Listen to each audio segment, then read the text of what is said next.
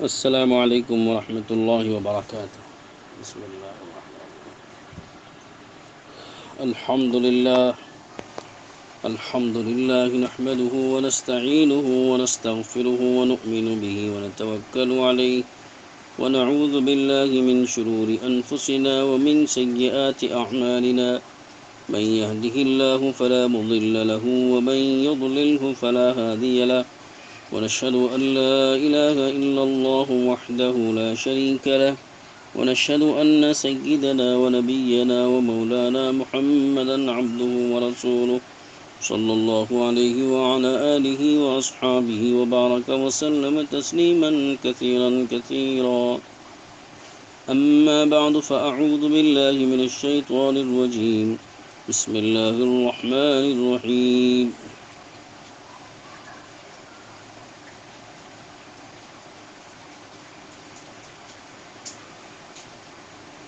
وقال فرعون ذروني أقتل موسى وليدع ربه إني أخاف أن يبدل دينكم أو أن يظهر في الأرض الفساد وقال موسى إني عذت بربي وربكم من كل متكبر لا يؤمن بيوم الحساب وقال رجل مؤمن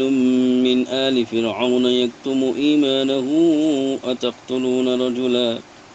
أتقتلون رجلا أن يقول ربي الله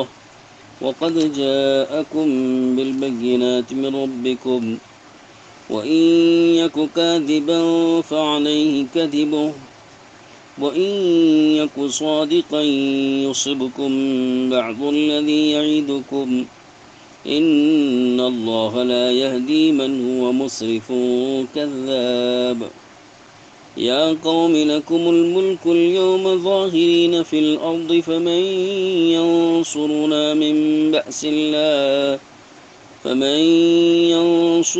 من بأس الله إن جاءنا قال فرعون ما أريكم إلا ما أرى وما أهديكم إلا سبيل الرشاد وقال الذي آمن يا قوم إني أخاف عليكم مثل يوم الأحزاب مثل دأب قوم نوح وعاد وثمود والذين من بعدهم وما الله يريد ظلما للعباد ويا قوم إني أخاف عليكم يوم التناد يوم تولون مدبرين ما لكم من الله من عاصم ومن يضلل الله فما له من هاد صدق اللہ العظیم۔ محترم سامعین کرام، دوستو، بھائیوں اور معزز خواتین، آج ہم نے 24ویں پارے کی ایک سورت ہے سورہ مومن، اس کی چند آیتیں پڑھی ہیں۔ آیت نمبر 26 سے شروع کیا ہے 33 تک آج ہم نے اس کو پڑھا ہے، اور ویسے یہ سلسلہ 2 رکوع تک بہت لمبا اور دراز چلے گا، لیکن ہم اس میں سے آج تھوڑا حصہ پڑھے ہوئے ہیں، تو اسی پر بات شروع کریں گے۔ اس میں ایک واقعہ ہے، واقعہ مومن آل فرعون کا، یعنی فرعون کے دربار کے ایک عظیم درباری کا واقعہ ہے۔ فرعون کا ایک عظیم درباری ہے، یعنی پارلیمنٹ کے ممبر ہیں، اور خود فرعون کے خاندان کے آدمی ہیں۔ انداز سے لگتا ہے کہ یہ پارلیمنٹ میں بڑے با اثر آدمی تھے، فرعون کی دربار میں اور فرعون کے خاندان میں اور فرعون کی پارلیمنٹ میں ان کا بڑا اثر تھا، گویا بات مضبوط رکھنے والے آدمی تھے۔ لیکن خوش قسمتی سے حضرت موسیٰ علیہ نبینا علیہ الصلاۃ والسلام پر ایمان لا چکے تھے، لیکن اندر سے ایمان کو انہوں نے مصلحتاً چھپائے رکھا تھا، اور جب اس کے ظاہر کرنے کا وقت آیا تو ایسے بہترین طریقے سے ظاہر کیا اور بر وقت ظاہر کیا، اور صرف ظاہر کر کے اپنے اعلان کا اظہار نہیں، اسی پر صرف اکتفا نہیں کیا، بلکہ فرعون اور فرعون کے خاندان والوں کو اور فرعون کے درباریوں کو جھنجھوڑ دیا، اور سب کو دعوت دین دی، سب کو دعوت ایمان دی، سب کو دعوت آخرت دی، اور حق بات کی طرف بڑے شاندار اور بہترین طریقے سے انہوں نے بلایا اور دعوت دی، اور ان لوگوں کو حق بات کی طرف کھینچنے کی اور موڑنے کی بڑی زبردست کوشش کی۔ معمولی کوشش کی ہوتی تو اس کا تذکرہ اتنا زیادہ نہ ہوتا، کوشش بڑی زبردست کی ہے، اس کی وجہ سے قرآن مجید میں اللہ تعالیٰ نے اس کو بڑی بڑی لمبی جگہ دی ہے، اور 2 رکوع مستقلاً صرف اس مومن آل فرعون اور خاندان فرعون اور دربار فرعون کے اس مومن شخص کی تقریر کو اور ان کے کلمات کو اور ان کے بیان اور وعظ کو نقل کرنے میں اللہ نے 2 رکوع لگائے ہیں، 2 رکوع میں اس کو ذکر کیا ہے۔ تو ایک آدھ جملے میں تذکرہ کر دیتے تو کر دینا کافی ہوتا، اگر کوئی واقعہ معمولی سا ہوتا، لیکن اتنا دراز واقعہ ذکر کرنا اور پھر ان کی ساری باتوں کو یہاں تذکرے میں لانا اللہ تعالیٰ کی طرف سے یہ اشارہ دے رہا ہے اور علامت ہے اس بات کی کہ انہوں نے دربار فرعون میں رہ کر کے ایسی جو جرأت مندانہ تقریر کی ہے، یہ لائق تقلید ہے اور یہ اپنانے کے قابل ہے، اور ایک نمونہ ہے رہتی دنیا تک کے لیے، قیامت تک آنے والوں کے لیے ان کا یہ طرز عمل، ان کا یہ فعل قیامت تک آنے والوں کے لیے نمونہ ہے اور بہترین نمونہ ہے۔ تو اس لیے میں نے بھی مناسب سمجھا کہ اس موقع پر تراویح میں یہ آیتیں گزر رہی ہیں، اور ہمارے حالات بھی اس وقت میں ایسے ہی ہیں کہ ہر وقت ایک دہشت اور گھبراہٹ اور خوف کا عالم طاری ہے،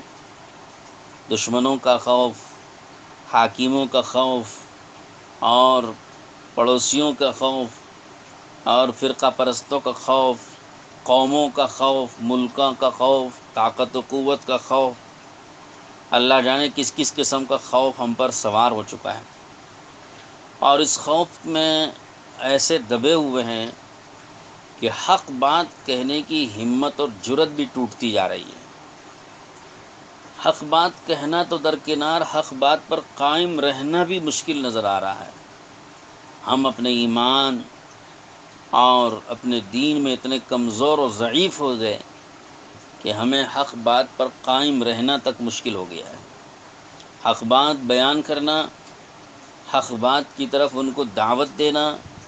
اور پوری جرأت و ہمت اور بے باکی سے حق بات کو ظالم بادشاہوں کے سامنے اور دشمنوں کے سامنے اور مخالفین کے سامنے پیش کرنا، اس کی جرأت و ہمت یہ تو مفقودی ہوتی چلی جا رہی ہے۔ تو اس لیے میں نے مناسب سمجھا کہ آپ کے سامنے اس واقعے کو رکھوں کہ واقعات قرآن مجید کے جو ہوتے ہیں اس سے ہم کو بڑی قوت ملتی ہے، بڑی مضبوطی ملتی ہے، اور دل اس سے سنبھلتا ہے، اور دل کو قوت اور مضبوطی اس سے حاصل ہوتی ہے۔ تو قرآن مجید کا یہ واقعہ بھی ہمارے لیے لائق تقلید ہے، بالکل اس سے عبرت لینا چاہیے، اور اس سے عبرت اور اس سے سبق لے کر ہم کو اپنے متعلق راہ عمل تجویز کرنی چاہیے کہ ہم کو کس طرح دنیا میں رہنا ہے، حالات سے متاثر ہوئے بغیر، کسی طاقت سے متاثر ہوئے بغیر کس طرح ہم دین پر اور حق پر قائم رہ سکتے ہیں، اور کس طرح ہم دین کی اور حق بات کی دعوت دے سکتے ہیں، اور دین کی طرف اور حق بات کی طرف کس طرح لوگوں کو کھینچ کر لا سکتے ہیں، یہ ہمیں سوچنا ہے۔ تو واقعہ آپ سماعت فرما لیں اور اس میں غور کریں۔ تو یہ میں نے عرض کیا کہ یہ واقعہ دراصل فرعون کے ایک درباری کا واقعہ ہے، جو فرعون کے دربار میں رہتے تھے اور ان کی پارلیمنٹ کے ایک ممبر تھے، عظیم ممبر تھے، اور خود فرعون کے رشتہ دار اور خاندان کے آدمی تھے۔ حضرت مفسرین میں ائمہ تفسیر میں حضرت مقاتل رحمۃ اللہ علیہ، حضرت امام سدی رحمۃ اللہ علیہ اور حضرت حسن بصری رحمۃ اللہ علیہ، ان حضرات کے قول کے مطابق یہ شخص جو ہیں فرعون کے چچا زاد بھائی تھے۔ اور آپ کو شاید واقعہ یاد ہوگا، حضرت موسیٰ علیہ السلام نے جب ایک قبطی کو قتل کر دیا تھا، راستے سے گزر رہے تھے، دیکھا دو آدمی لڑ رہے ہیں، ان میں ایک فرعون کے قوم کا قبطی تھا، قبطی فرعون کی قوم کے لوگوں کو کہتے ہیں، دوسرا اسرائیلی تھا، یعنی بنی اسرائیل کا آدمی تھا جو موسیٰ علیہ السلام کی قوم کا تھا۔ موسیٰ علیہ السلام کا وہاں سے گزر ہوا، حضرت موسیٰ علیہ السلام کو دیکھتے ہی اسرائیلی شخص نے، یعنی بنی اسرائیل کے قوم کے آدمی نے موسیٰ علیہ السلام کو اپنے قوم کا آدمی دیکھ کر پکارا کہ اے موسیٰ، یہ مجھے قتل کر رہا ہے، مجھے مار رہا ہے، آپ میری مدد کرو۔ موسیٰ علیہ السلام وہاں پہنچے، فوراً دیکھا کہ یہ قبطی جو فرعونی ہے یہ ان پر ظلم کر رہا ہے، تو حضرت موسیٰ علیہ السلام نے بلا ارادہ ایک گھونسا رسید کیا، قتل کرنے کا ارادہ نہیں تھا،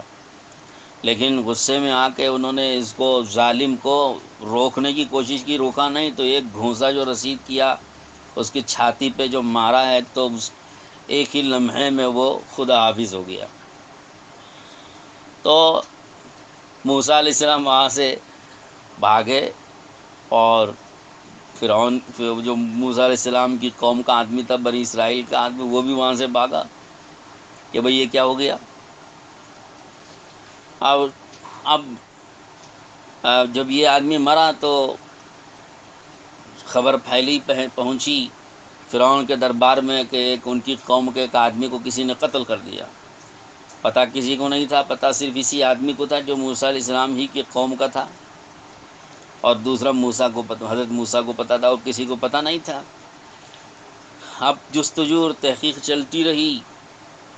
کسی قاتل کا اور مارنے والے کا پتہ نہیں چلا۔ دوسرے دن موسیٰ علیہ السلام گزر رہے تھے اسی طرح سے، تو دیکھا دوسرے دن پھر جھگڑا ہو رہا ہے، اور اسی شخص کا جو کل اپنی قوم کا آدمی جو کل لڑ رہا تھا قبطی سے، وہی آدمی دوسرے قبطی سے لڑ رہا ہے، اور پھر کل کے مطابق امید لگاتے ہوئے موسیٰ علیہ السلام کو دوبارہ اس نے مدد کے لیے پکارا کہ اے موسیٰ دیکھو، کل اس نے میرے اوپر ظلم کیا تھا، آج یہ ظلم کر رہا ہے، اور آج میرے ساتھ یہ مجھے پریشان کر رہا ہے۔ موسیٰ علیہ السلام نے دیکھا کہ یہ روز جھگڑا لگائے ہوئے ہے، لگتا ہے کہ اسی کی دماغ میں کچھ شرارت ہے۔ تو موسیٰ علیہ السلام نے سوچا کہ اس کی اصلاح کر دینا چاہیے تاکہ روز جھگڑا نہ لگاتا رہے۔ تو موسیٰ علیہ السلام نے اٹھایا گھونسا مارنے کے لیے اپنی ہی قوم کے آدمی کو کہ کمبخت، یہ روز جھگڑا لگاتا رہتا ہے اور مجھے مدد کے لیے پکارتا رہتا ہے۔ تو اب مارنے کے لیے جو ہاتھ اٹھایا تو اس نے چلایا، اور چلاتے ہوئے راز فاش کر دیا، کمبخت اس نے راز فاش کر دیا اور کہہ دیا کہ موسیٰ، اوہو، کل کی طرح سے آج مجھے قتل کر رہے ہو، کل تم نے اس کو قتل کیا، آج مجھے قتل کر رہے ہو آج۔ تو یہ اس نے راز فاش کر دیا۔ اب جیسے یہ بات جملہ سنا اس قبطی نے جو لڑ رہا تھا، وہ فوراً دوڑا گیا اور جا کے اس نے پہنچا دی خبر کہ وہ جس قاتل کی تلاش میں تم تھے وہ قاتل تو موسیٰ ہیں، یہ جملہ میں نے سنا آج۔ تو فوراً پتہ چل گیا، اور پھر پولیس الرٹ ہو گئی، اور دربار میں بات پہنچ گئی فرعون کے، اب مشورہ ہونے لگا کہ موسیٰ نے قتل کیا ہے، اب موسیٰ کو کیا کیا جائے، مشورہ ہو رہا تھا۔ اب جیسے مشورہ چل رہا تھا تو مشورے کے دوران میں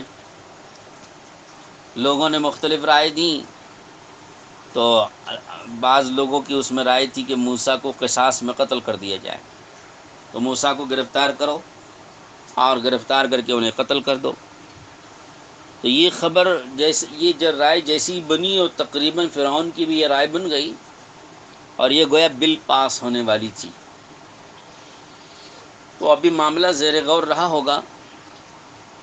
فیصلہ بھی نہیں ہوا ہوگا، اتنے میں ایک شخص دربار فرعون میں سے نکل کر، پارلیمنٹ کا ایک شخص اسی دربار سے نکل کر بھاگا موسیٰ علیہ السلام کے پاس آیا، اور موسیٰ علیہ السلام سے کہا، اے موسیٰ، ان الملأ یأتمرون بک لیقتلوک فاخرج انی لک من الناصحین۔ قرآن مجید میں یہ واقعہ ذکر کیا گیا ہے، اور اس آدمی کے جو دربار فرعون سے نکل کر آیا اور ہمدردی میں موسیٰ علیہ السلام سے یہ گزارش کی تھی کہ اے موسیٰ، وہاں پر فرعون کی پارلیمنٹ میں مشورہ چل رہا ہے تمہیں گرفتار کر کے قتل کرنے کا، تو لہذا میں تمہاری خیرخواہی کر رہا ہوں، بس یہاں سے بھاگو، یہاں سے فرار اختیار کرو اور یہاں سے نکل جاؤ، شہر سے فوراً نکل جاؤ۔ حضرت موسیٰ علیہ السلام سے یہ جو ہمدردی کی بات جس شخص نے کی تھی، یہ وہی مومن آل فرعون ہے جس کا قصہ آج ہم پڑھنے جا رہے ہیں۔ تو یہ جو اس نے ہمدردی ظاہر کرتے ہوئے موسیٰ علیہ السلام کو آ کر مشورہ دیا تھا کہ آپ یہاں سے نکل جائیے، تو یہ وہی شخص ہیں۔ پھر موسیٰ علیہ السلام وہاں سے نکلے تھے اور پھر مدین چلے گئے تھے، وہاں ان کی شادی ہوئی تھی، اس کے بعد نبوت ملی، اور پھر اس کے بعد دوبارہ موسیٰ علیہ السلام مصر آئے اور فرعون کو دعوت دینے لگے تھے۔ یہ سب بات کے قصے ہیں۔ تو وہ جس شخص نے حضرت موسیٰ علیہ السلام کو ہمدردی میں آ کر یہ مشورہ دیا تھا، خبر دی تھی کہ آپ یہاں سے چلے جائیں، یہ وہی شخص ہیں جو فرعون کے چچا زاد بھائی بھی اور اس کے دربار کے درباری بھی، اور بڑے وہاں زبان چلانے والے، یعنی مطلب اپنی زبان پر قابو رکھنے والے، قوت گویائی رکھنے والے اور قوت کلام رکھنے والے، اور اپنا ایک وزن اور اپنی ایک حیثیت رکھنے والے یہ شخص تھے۔ حالات تو قرآن مجید کے سیاق سباق کو اور پورے احوال کو دیکھنے سے یہی معلوم ہوتا ہے کہ وہ دربار کے ایک وزندار آدمی تھے۔ یہ جو شخص ہیں، ان کے نام کے متعلق بھی روایتوں میں آیا ہوا ہے۔ تو ایک روایت میں یہ ہے کہ شمعان ان کا نام تھا، اور اسی کو اکثر حضرات مفسرین نے صحیح قرار دیا ہے، شمعان۔ بعض حضرات نے ان کا نام حزقیل بھی بتایا ہے، حزقیل۔ ایک نبی کا بھی نام ہے حضرت حزقیل علیہ السلام۔ تو یہی نام ان مبارک اور اس عظیم شخص کا نام بھی حزقیل بتایا جاتا ہے۔ حضور اکرم صلی اللہ علیہ وسلم نے حدیث میں 3 شخصوں کا تذکرہ کیا ہے۔ میں یہ اس لیے عرض کر رہا ہوں تاکہ آپ اس گفتگو کو جو اس 2 رکوع کے اندر آ رہی ہے مومن آل فرعون کی، کہ آل فرعون، خاندان فرعون کے اس مبارک شخص کی جو گفتگو آگے آ رہی ہے، اس گفتگو کو آپ توجہ سے سن سکیں، اس لیے میں یہ ساری تفصیل عرض کر رہا ہوں کہ آپ پہلے آل فرعون کے اس مومن کی حیثیت کو سمجھیں، ان کے مقام کو سمجھیں، ان کے رتبے کو سمجھیں۔ یہ کوئی معمولی شخص نہیں ہے، بلکہ یہ بہت بڑے بزرگ ہیں، بہت بڑے اللہ والے ہیں، بہت بڑے اللہ کے مقرب بندوں میں سے ہیں۔ ان کا مقام اور ان کا رتبہ کیا ہے، میں آپ کو اس کے لیے حدیث سنا رہا ہوں۔ اللہ کے رسول علیہ السلام نے حدیث میں فرمایا کہ دنیا میں 3 صدیق گزرے ہیں۔ یہ حدیث آپ غور سے سنیں۔ صدیق کسے کہتے ہیں؟ نبی کے بعد کا جو درجہ ہوتا ہے وہ صدیقیت کا درجہ ہوتا ہے۔ من النبیین والصدیقین والشہداء والصالحین، قرآن میں اللہ نے 4 درجے بتائے ہیں، ان میں پہلا درجہ نبیوں کا ہے، دوسرا درجہ صدیقین کا ہے، تیسرا شہداء کا بھی درجہ، شہید کا بھی درجہ بعد میں ہوتا ہے، اور عام اللہ والوں کا اور نیک صالحین کا درجہ اس کے بعد ہوتا ہے، چوتھے نمبر پر آتا ہے۔ اب آپ اندازہ کریں کہ صدیق کس مقام کے شخص کو کہتے ہیں، کہ نبی کے بعد کا مقام رکھنے والے شخص کو صدیق کہا جاتا ہے۔ تو حضور اکرم صلی اللہ علیہ وسلم نے فرمایا کہ دنیا میں 3 صدیق گزرے ہیں، ان میں ایک صاحب یاسین، جن کا ہم نے واقعہ آپ کو سنایا ہے پچھلی تفسیر میں، کہ یاسین شریف میں ایک واقعہ حبیب نجار کا ذکر کیا تھا ہم نے، ایک وہ ہیں صدیق۔ پھر حضور پاک علیہ السلام نے فرمایا کہ دوسرے نمبر پر صدیق دوسرے وہ مومن آل فرعون ہیں، یعنی آل فرعون اور خاندان فرعون کا یہ جو مومن ہے، جن کا یہ واقعہ سورہ مومن کے اندر آ رہا ہے، کہ اللہ نے پوری سورت کا نام ہی مومن سے رکھا ہے، مومن سے، اور یہ مومن وہی آل فرعون کے درباری ہیں۔ تو فرمایا کہ یہ دوسرے صدیق ہیں، مومن آل فرعون، اور تیسرے صدیق حضرت صدیق اکبر ابو بکر صدیق رضی اللہ تعالیٰ عنہ ہیں۔ تو حضور نے فرمایا کہ ان 3 صدیقوں میں سب سے بڑے صدیق تو حضرت ابو بکر ہیں، اور اس کے بعد یہ دوسرے دونوں ہیں۔ اب آپ اندازہ کریں کہ حضرت ابو بکر صدیق رضی اللہ عنہ کا جو مقام ہے وہ نبیوں کے بعد کا پہلا درجہ ہے، نبیوں کے بعد پہلے درجے پہ حضرت ابو بکر آتے ہیں، اور اس کے بعد یہ دونوں صدیق آتے ہیں، اور پھر دیگر تمام صحابہ اور تمام دوسرے تیسرے لوگ۔ تو درجات میں بڑا تفاوت اور فرق ہوتا ہے، تو معمولی درجہ نہیں ہے، ولایت کے اعلیٰ مقامات میں سے ایک مقام ہے صدیق۔ تو یہ جو شخص ہیں آل فرعون کے درباری، یہ بھی صدیق کا مقام رکھنے والے شخص ہیں۔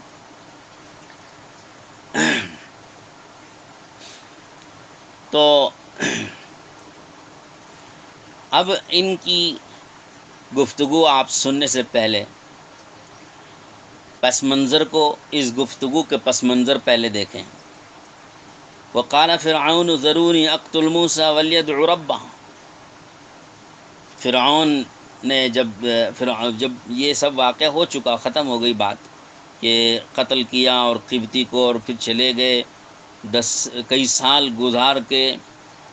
لمبا عرصہ گزار کے موسیٰ علیہ السلام مدین میں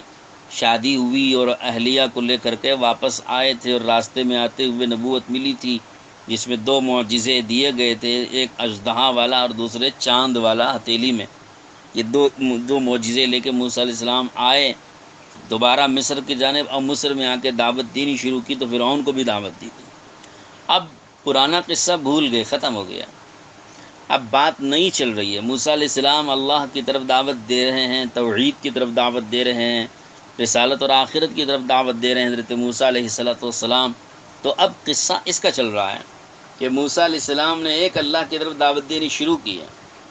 اب فرعون کے ساتھ جو موسیٰ علیہ السلام کو جو دشمنی تھی وہ توحید پر ہے، دعوت توحید پر، دعوت توحید، دعوت رسالت اور دعوت آخرت پر دشمنی چل رہی ہے، کہ فرعون موسیٰ علیہ السلام کا جو دشمن بنا ہوا ہے وہ اس دعوت کی وجہ سے، اس ایمان کی وجہ سے ہے۔ تو حضرت موسیٰ علیہ السلام دعوت دے رہے ہیں، تو اس دعوت دینے کے صلے میں وہ دشمن بن گیا۔ اب دشمنی میں اس نے دشمنی اتارنے کے لیے اور موسیٰ علیہ السلام کو گرفتار کرنے یا قتل کرنے یا کچھ بھی ان کا علاج کرنے کے لیے وہ ہر طرح سے وہ پیر مار رہا تھا، اور پر مار رہا تھا، اور ہاتھ پیر مار رہا تھا، اور کوششیں کر رہا تھا، جو کچھ بھی ہو سکتا تھا وہ کر رہا تھا۔ چنانچہ اسی کوشش میں سے اسی کا کچھ بیان ہے۔ وقال فرعون ذرونی اقتل موسیٰ، کہنے لگا، یہ جب پارلیمنٹ میں اس کی مشورہ چل رہا تھا کہ اس موسیٰ کا کیا کیا جائے، جو دعوت ایمان کی طرف دعوت دے رہے ہیں، ایک اللہ کی طرف دعوت دے رہے ہیں، جبکہ فرعون یہ سمجھتا تھا اپنے بارے میں کہ میں ہی خدا ہوں، اس کو اپنے طاقت کا اور اپنی قوت کا اور اپنے ملک و مال کا بھوت ایسے چڑھا ہوا تھا کہ اس کا نشہ اس پر سوار تھا، اور اس کی وجہ سے اس نے خدا کا بھی انکار کیا، اللہ تعالیٰ کی بات کا اور اللہ کے نبی کی بات کا انکار بھی کیا، اور خود کو خدا سمجھنے لگ گیا تھا۔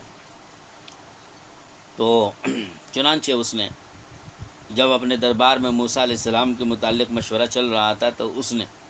فرعون نے کہا، وقال فرعون ذرونی اقتل موسیٰ ولیدع ربہ، مجھے چھوڑو تم لوگ، کہ میں موسیٰ کو قتل کروں، اور وہ اگر بلانا چاہے تو اپنے رب کو مدد کے لیے بلا لے، ولیدعو ربہ، بلانے دو اس کو، اپنے رب کو، موسیٰ کو چھوڑ دو، بلانے دو اپنے رب کو، بلا لے وے مدد کے لیے، اور میں تو اس کو قتل کر کے رہوں گا۔ آپ الفاظ دیکھیے، الفاظ میں کتنا غرور ہے، کتنا گھمنڈ ہے، اور کتنا نشہ اس کو اپنی طاقت کا سوار ہے۔ وہ کہہ رہا ہے کہ مجھے موسیٰ کو قتل کرنے دو، اگر وہ مدد کے لیے بلانا چاہتا ہے اپنے رب کو بلا لے وے مدد کے لیے۔ سبحان اللہ، اپنے رب کے لیے، رب کو مدد کے لیے وہ بلا لے وے، تو وہ رب سے بھی مقابلے کے لیے یہ تیار ہو چکا ہے۔ انی اخاف ان یبدل دینکم او ان یظہر فی الارض الفساد، قوم کو، اپنی قوم کو پٹھانے کے لیے اور اپنی قوم کو اپنی بات پر آمدہ کرنے کے لیے دلیل یہ پیش کر رہا ہے کہ مجھے تو اے لوگوں یہ ڈر ہے کہ یہ تمہارا دین بدل دے گا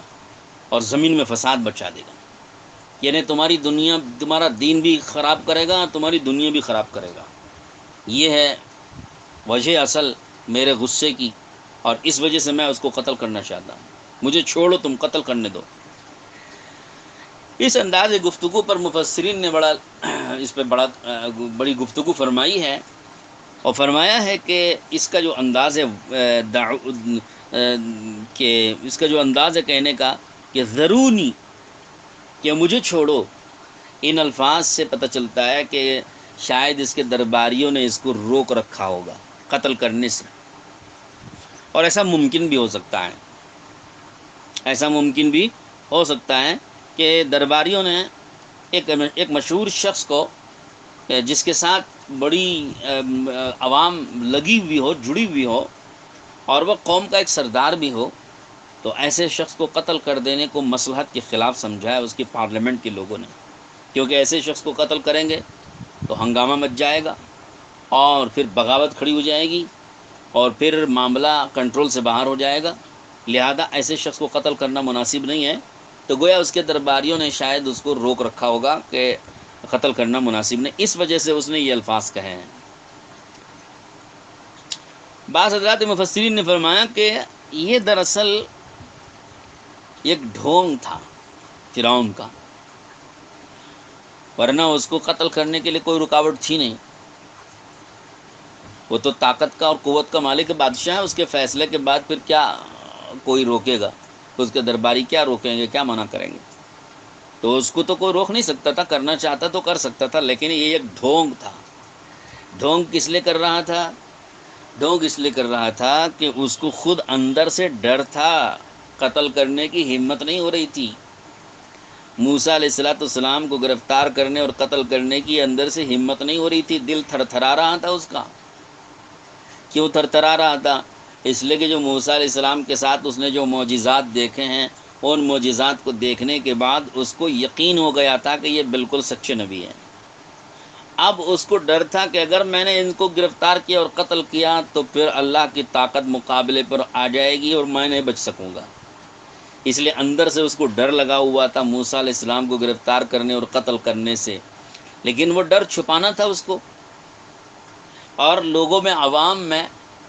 کہ بھئی سوال پیدا ہوگا کہ بھئی اتنی بڑی طاقت والا آدمی کیوں نہیں قتل کر رہا ہے، ان کو کیوں نہیں پکڑ رہا ہے اور کیوں نہیں گرفتار کر رہا ہے، ایک سوال عوام میں پیدا ہوگا۔ تو اب اس سوال کے جواب بھی دینا ہے، اور لوگوں کو ایک جو شبہ پیدا ہو رہا ہے اس کے نہ گرفتار کرنے اور نہ قتل کرنے پر، تو اس کو چھپانا تھا، تو اس نے یہ درباریوں پہ اپنے ڈال دیا، یہ میرے درباری اصل میں مجھے روک رہے ہیں قتل کرنے سے اور مجھے منع کر رہے ہیں، اس لیے میں رکا ہوا ہوں، اگر یہ درباری نہ روکیں، مجھے چھوڑ دیں، تو میں ان کو قتل کر کے دکھا دوں گا۔ تو یہ تھا اصل ظاہری طور پر اپنے ڈر اور خوف پر پردہ ڈالنے کے لیے یہ ایک انداز گفتگو تھا، کہ عوام کو دھوکہ دینے کے لیے اور عوام کو سمجھانے کے لیے کہ مجھے دراصل درباری روک رہے ہیں، اس لیے میں نہیں قتل کر رہا ہوں، یہ جملے کہے تھے، اور حقیقت وہ تھی کہ اندر سے خود اس کو ڈر لگا ہوا تھا کہ میں اگر قتل کروں گا تو پھر میں نہیں بچ سکوں گا، موسیٰ علیہ السلام کی نبوت کا یقین ہونے کی وجہ سے۔ تو میرے دوستوں اور محترم سامعین کرام، آپ اپنے ایمان اور اپنی ایمان کی دعوت کے بارے میں ہم کیوں تذبذب میں پڑے ہوئے ہیں؟ کیا یہی وہ بات ہم اپنے دشمنوں کے دل میں نہیں پیدا کر سکتے کہ اگر اللہ رب العزت ان ایمان والوں کے ایمان کا رعب اور ان کے ایمان پر ان کے ساتھ اللہ کی مدد کے اترنے کا خوف دشمنوں کے دل میں ہم نہیں ڈال سکتے؟ ڈال سکتے ہیں، لیکن شرط یہ ہے کہ ہمارے اندر وہ قوت یقین ہو، وہ قوت ایمانی ہو، وہ استقامت ہو، اور وہ تعلق مع اللہ ہو کہ ہمارے ہاتھ اٹھنے پر آسمانی مدد حرکت میں آ جاتی ہیں۔ لیکن جب ہم اپنے ایمان اور اپنے اعمال میں کمزور و ضعیف ہو چکے ہیں تو ہمارے ہاتھوں کے اٹھنے پر کوئی اثر ظاہر ہونے والا نظر نہیں آ رہا ہے، تو دشمن نے بھی اس کو بھانپ لیا کہ اب ان کے ایمان اور اعمال میں وہ طاقت نہیں ہے کہ یہ دعائیں بھی مانگیں تو ان کی دعائیں قبول ہو کر ہمارا کچھ بگاڑ سکیں، تو لہذا دشمن جری ہو گیا۔ جب ایمان والا اپنے ایمان کی حقیقت پر آ جائے اور اپنے اعمال کو اس کی حقیقت کے ساتھ زندہ کرے اور پھر اللہ سے وہ تعلق اپنا پیدا کر کے قوی رابطہ اللہ رب العزت سے قائم کر کے اپنی دعاؤں کو مستجاب بنا لے اور اپنی دعاؤں کا اثر لوگوں کی زندگیوں پر ظاہر کرنے لگے، تو پھر کچھ بعید نہیں ہے کہ پیارے رسول صلی اللہ علیہ وسلم کو 1 مہینے کی مسافت سے اللہ پاک دشمن پر جو رعب ڈال دیتے تھے، کچھ بعید نہیں کہ اس کے غلاموں کو کچھ نہ کچھ اس کا اثر دے دے، اس کا کچھ شمع دے دے۔ تو غرض یہ فرعون کا ایک ڈونگ تھا۔ اس کے بعد حضرت موسیٰ علیہ السلام کو جب اس کی اطلاع ملی کہ فرعون اس طرح سے سوچ رہا ہے اور اس طرح پلاننگ کر رہا ہے، موسیٰ علیہ السلام کو جب اطلاع ملی، حضرت موسیٰ نے فرمایا وقال موسیٰ انی عذت بربی وربکم من کل متکبر لا یؤمن بیوم الحساب۔ موسیٰ علیہ السلام نے بھی اپنا اللہ سے رابطہ قائم کیا، اللہ سے رابطہ قائم کیا جس کے ہاتھ میں ساری قوتیں ہیں، سارے ملک ہیں، سارے مال ہیں، سارے اسباب ہیں، ساری طاقتیں اس کی غلام ہیں، اس کی نوکر و چاکر ہیں۔ اس طاقت والے اللہ سے رابطہ قائم کرتے ہوئے اللہ نے حضرت موسیٰ علیہ السلام نے فرمایا کہ اگر ایسی بات ہے تو میں بھی اپنے رب کی پناہ لیتا ہوں، انی عذت بربی وربکم، میں بھی اپنے رب کی پناہ لیتا ہوں، جو میرا رب بھی ہے تمہارا بھی رب ہے، اس رب کی میں پناہ لیتا ہوں، من کل متکبر، ہر متکبر سے اپنے رب کی پناہ لیتا ہوں، جو متکبر کے لا یؤمن بیوم الحساب، جو حساب کے دن پر ایمان نہیں رکھتا ہے۔ یہ مشورہ جب چل رہا تھا، موسیٰ علیہ السلام نے تو اپنی دعا مانگ لی، اپنا پناہ اللہ سے لے لی، لیکن یہ جو مشورہ چل رہا ہے پارلیمنٹ میں، جس پارلیمنٹ میں فرعون نے یہ قتل کا منصوبہ بنایا تھا، تو وہاں بہت سے لوگ اس پر آمادہ ہو چکے تھے۔ تو وہ جو مومن آل فرعون ہیں وہ بھی دربار میں موجود تھے، اور وہ سب پارلیمنٹ کے اس مشورے میں شریک ہیں جس میں فرعون یہ مشورہ لے رہا ہے سب سے، اور فرعون کو اس کے درباری یہ مشورہ اس کو دے رہے ہیں پر قتل کا۔ تو اس دربار میں حضرت موسیٰ علیہ السلام کے فیور میں جس حکمت عملی سے اور جس حسن تدبیر سے اور جس حسن گفتار سے اس نے درباریوں کو موسیٰ علیہ السلام کے قتل سے جو باز رکھا اور روکے رکھا ہے، اس پر 100 سلام چاہیے، 100 سلام ہے، 100 سلام ہے، پوری امت کی طرف سے سلام ہے مومن آل فرعون پر، کہ یہ حکمت عملی اختیار کرنے کی ضرورت ہر زمانے میں پڑتی ہے۔ مومن آل فرعون نے جس حکمت عملی سے فرعون کے درباریوں کو موسیٰ علیہ السلام کے قتل سے جیسے روکا ہے، یہ سیکھنے کی چیز ہے۔ موسیٰ علیہ السلام مومن آل فرعون نے کہا وقال رجل مؤمن من آل فرعون يكتم ایمانه اتقتلون رجلا ان يقول ربي الله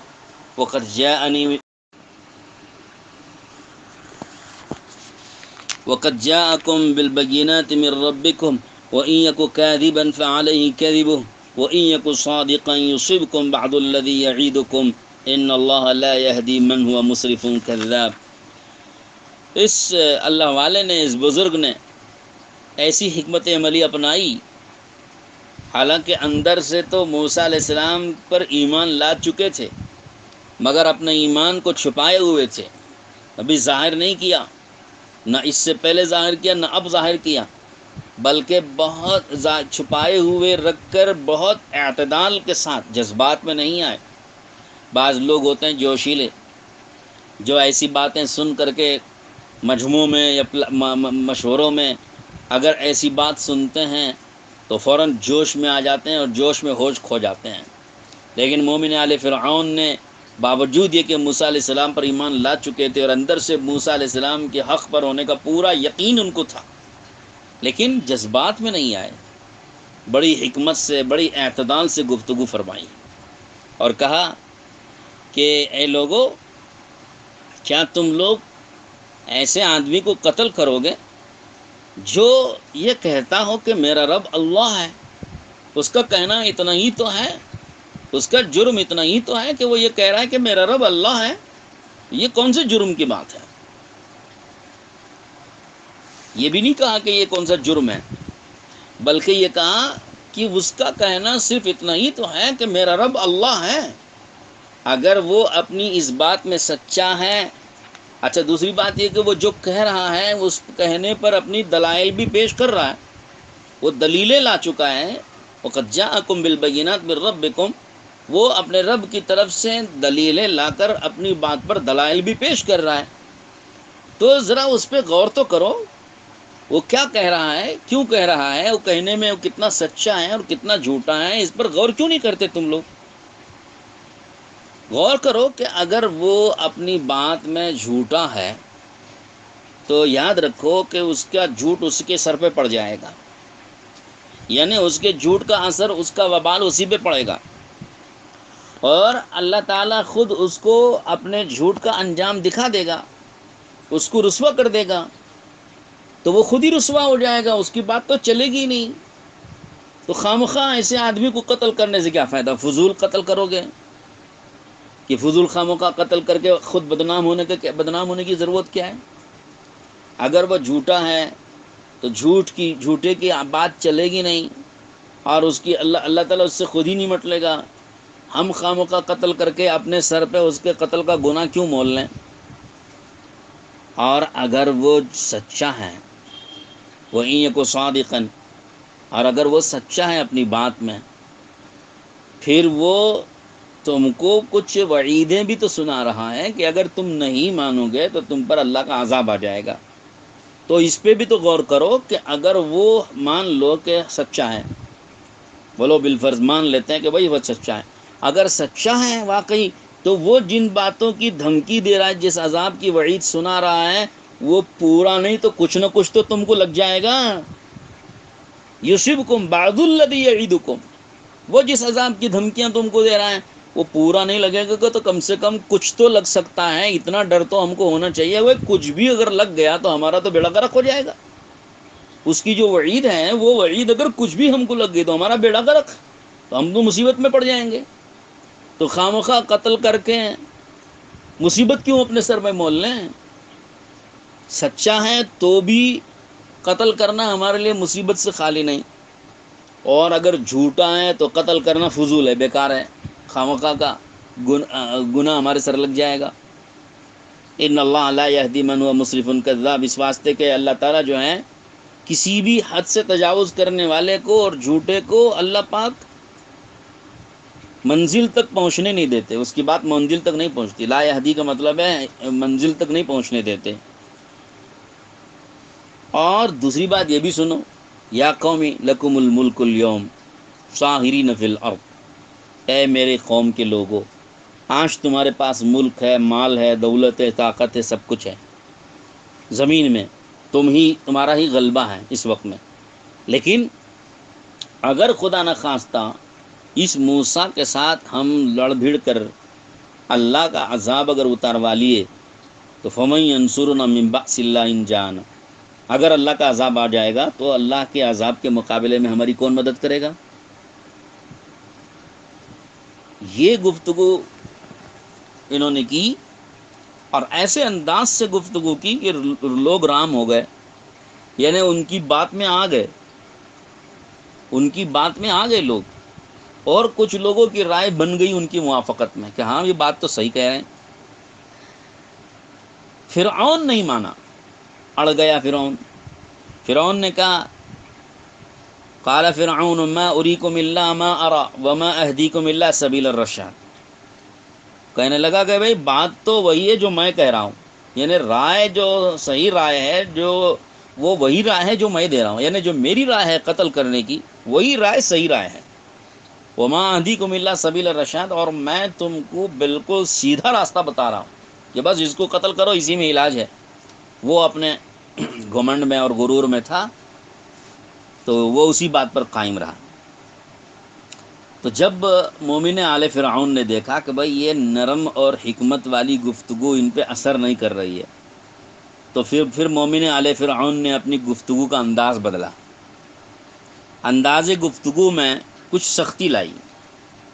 اور سختی میں انہوں نے پچھلی قوموں کے عذابات کا بھی ذکر کر دیا، اور ذرا وعیدیں سنانے لگے جس کا بیان آگے آ رہا ہے. وقال الذي آمن يا قوم إني أخاف عليكم مثل يوم الأحزاب مثل دأب قوم نوح وعاد وثمود والذين من بعدهم وما الله يريد ظلما للعباد. یہ گفتگو پوری آگے جاری ہے. میں انشاءاللہ اگلی مجلس میں اس گفتگو کا صرف خلاصہ ذکر کروں گا، ترجمہ ہی ذکر کر دوں تو بھی کافی ہے، میں اس کی تشریح میں نہیں جاؤں گا. لیکن آپ سے میں گزارش کرتا ہوں سامعین اکرام سے کہ قرآن پاک کھولیں 24ویں پارے میں اور سورہ مومن،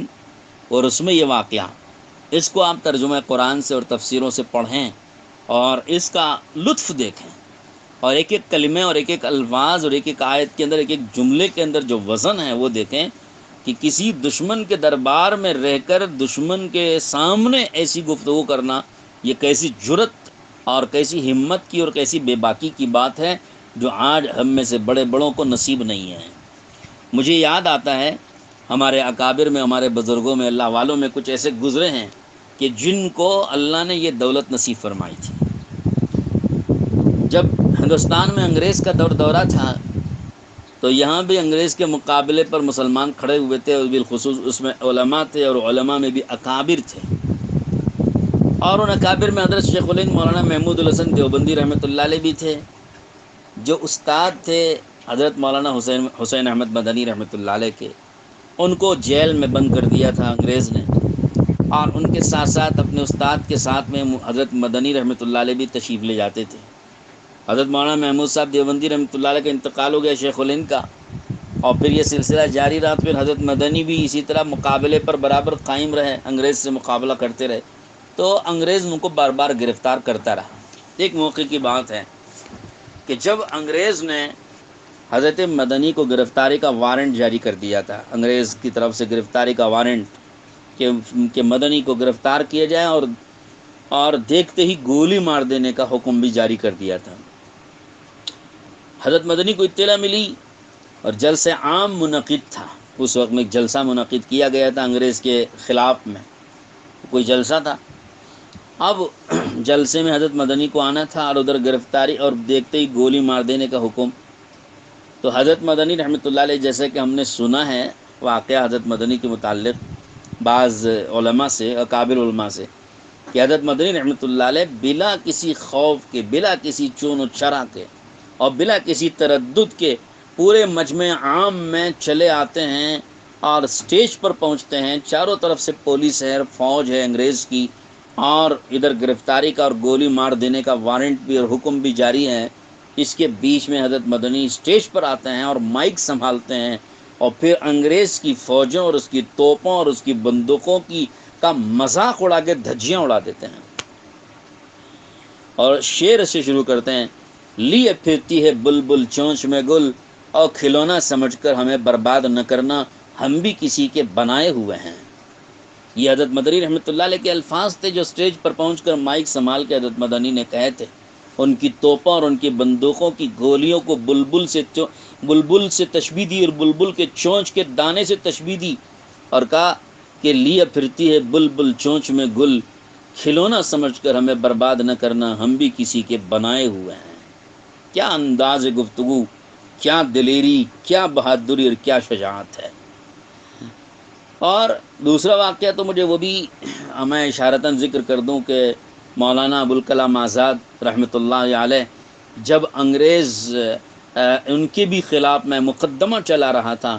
اور انگریز کی عدالت میں ان کو حاضری دینی تھی، اور وہاں عدالت میں پہنچ کر کے انگریز جج نے یہ پوچھا تھا مولانا آزاد سے، کیا آپ نے یہ جرم کیا ہے اور کیا آپ اس بات پر اپنی قائم ہیں یا آپ اس سے رجوع کرتے ہیں؟ اگر آپ اس سے رجوع کرتے ہیں مقدمہ واپس لے لیا جائے گا اور آپ کی سزا معاف ہو جائے گی۔ تو مولانا آزاد نے عدالت میں پہنچ کر کے جس جرت مندانہ اور دلیری کے ساتھ میں اقرار کرتے ہوئے جرم کا کہا کہ میں نے یہ جرم کیا ہے اور ابھی بھی اس پر میں قائم ہوں، اور پھر اس کے بعد جو ان کی گفتگو کتابوں میں لکھی، مجھے الفاظ یاد نہیں ہیں، اگر آپ کو کہیں ملے تو آپ ضرور اس کو پڑھیں اور سنیں۔ یہ ہمارے وہ بڑے تھے کہ جنہوں نے اپنے ایمان اور اپنے یقین کی بنیاد پر دشمنوں کے سامنے اپنے حق بات کا اظہار کرنے میں ذرا برابر کوئی تردد نہیں کیا ہے۔ تو اسی کی مثال قائم کرنے کے لیے اللہ تعالیٰ شاہ نے قرآن مجید میں ہم کو یہ واقعہ سنایا ہے اور سنا رہے ہیں۔ اللہ سے امید ہے کہ ہر مومن بندے کو اللہ کم سے کم ایسا ایمان و یقین نصیب فرما دے، اور ہم دعا بھی کرتے ہیں اور کوشش بھی ہم کو کرنی چاہیے کہ ہمارا ایمان و یقین ایسے مضبوط ہو جائیں کہ ہم کسی حال میں بھی کسی طاقت و قوت سے متاثر ہوئے بغیر حق پر ہم قائم رہنے والے اور حق بات کو کہنے والے اور حق بات کی دعوت دینے والے ہو جائیں۔ وآخر دعوانا ان الحمد للہ رب العالمین۔